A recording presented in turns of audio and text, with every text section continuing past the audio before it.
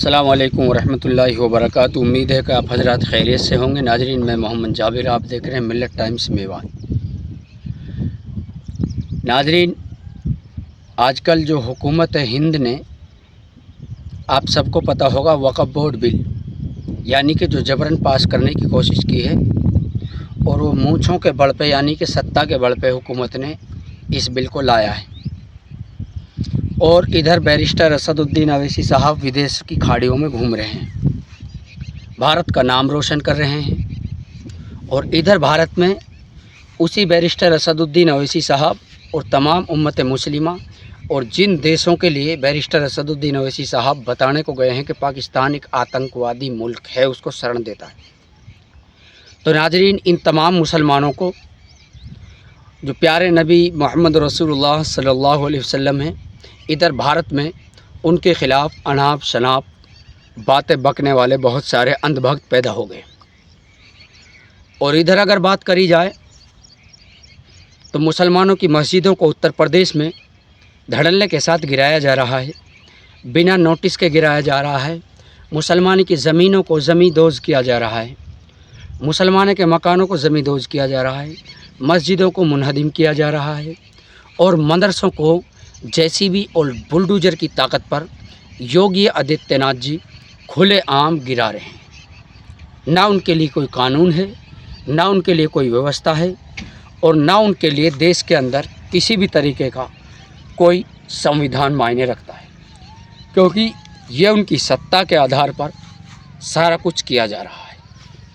इधर अगर बात करी जाए विपक्षी दलों की, जैसे राहुल गांधी जी हैं, और अगर बात करी जाए इमरान प्रतापगढ़ी, इकरा हसन, तमाम सांसदों की, तो देश के अंदर चारों तरफ घूम रहे हैं और चारों तरफ माहौल को देख रहे हैं।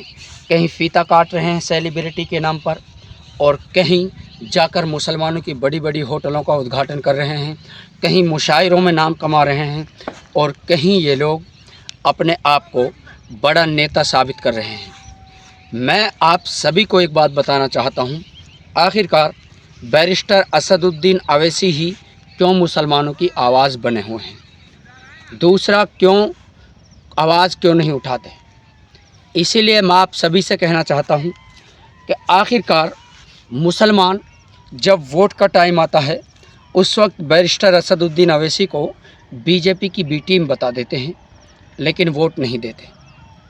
लेकिन अफसोस की बात यह है, जब किसी भी मुसलमान पर, चाहे वो नासिर और जुनैद का मामला हो, चाहे वक़्फ़ बोर्ड बिल का मामला हो, और या किसी और का मामला हो, तो जब बात आती है मुसलमानों के कुरान पर, तालीम पर, मस्जिदों पर, मदरसों पर, तो नाजरीन सबसे बड़ी बात यह है कि उस वक्त कोई भी नहीं बोलता है।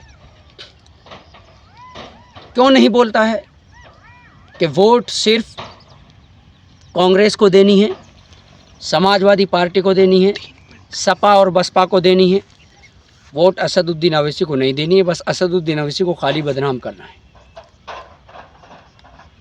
नाजरीन, ये आप सबको पता होगा, ये हिंदुस्तान की हरी भरी पहाड़ियाँ, ये हिंदुस्तान की हरी हरी जो अरावली पर्वतमाला हैं, ये बिरज मेवात का पूरा इलाका है, ये सारा का सारा आप सबको पता होगा बुज़ुर्गों ने कितनी सारी कुर्बानियाँ दी तो जाके ये मुल्क बचा।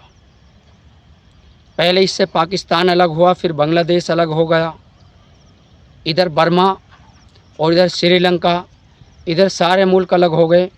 लेकिन हिंदुस्तान के मुसलमान को जब भी देखा तो खून के रंग में रंगा हुआ देखा।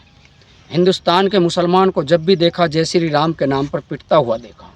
हिंदुस्तान के मुसलमान को जब भी देखा अलीगढ़ मॉब लिंचिंग, भैंस का गोश्त फैक्ट्री से ले जाने वाले सबको देखा तो गाय के शक में पुलिस की अगुवाई में पुलिस की गाड़ी से उतार कर पिटते हुए देखा, और किसी की हिम्मत नहीं कि बचा सके।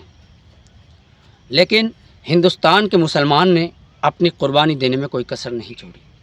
अभी जब पहलगाम हमला हुआ, आतंकी टेररिस्ट जो पहलगाम पर चुन चुन कर मार रहे थे, उसी वक्त एक मुसलमान आता है और अपने सीने पर गोलियों को देखते हुए आतंकियों से भिड़ जाता है।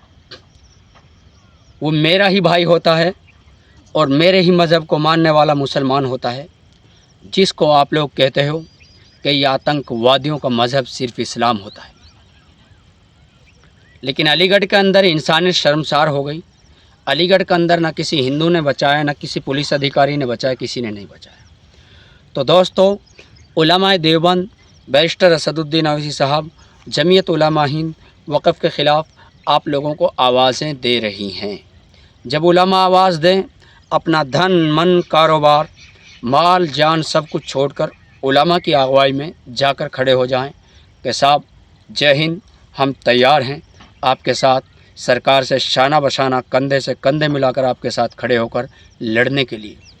अगर वक़फ़ बोर्ड लागू कर दिया गया बिल, मुसलमानों तुम्हारी ज़मीनें हड़पी जाएंगी, तुम्हारे मकान तोड़े जाएंगे, तुमको देशद्रोही कर दिया जाएगा, SC ST OBC तमाम लोगों को तोड़ दिया जाएगा, मस्जिदों को तोड़ दिया जाएगा, मदरसों को तोड़ दिया जाएगा, कुरान की तालीम देने वाले इदारों को तोड़ दिया जाएगा। जिस तरीके से इजराइल के टारगेट पर मुसलमान और मस्जिदें और उनके मकान हैं, इसी तरीके से भारत की सरकार के टारगेट पर भी मुसलमान और उनके मकान हैं।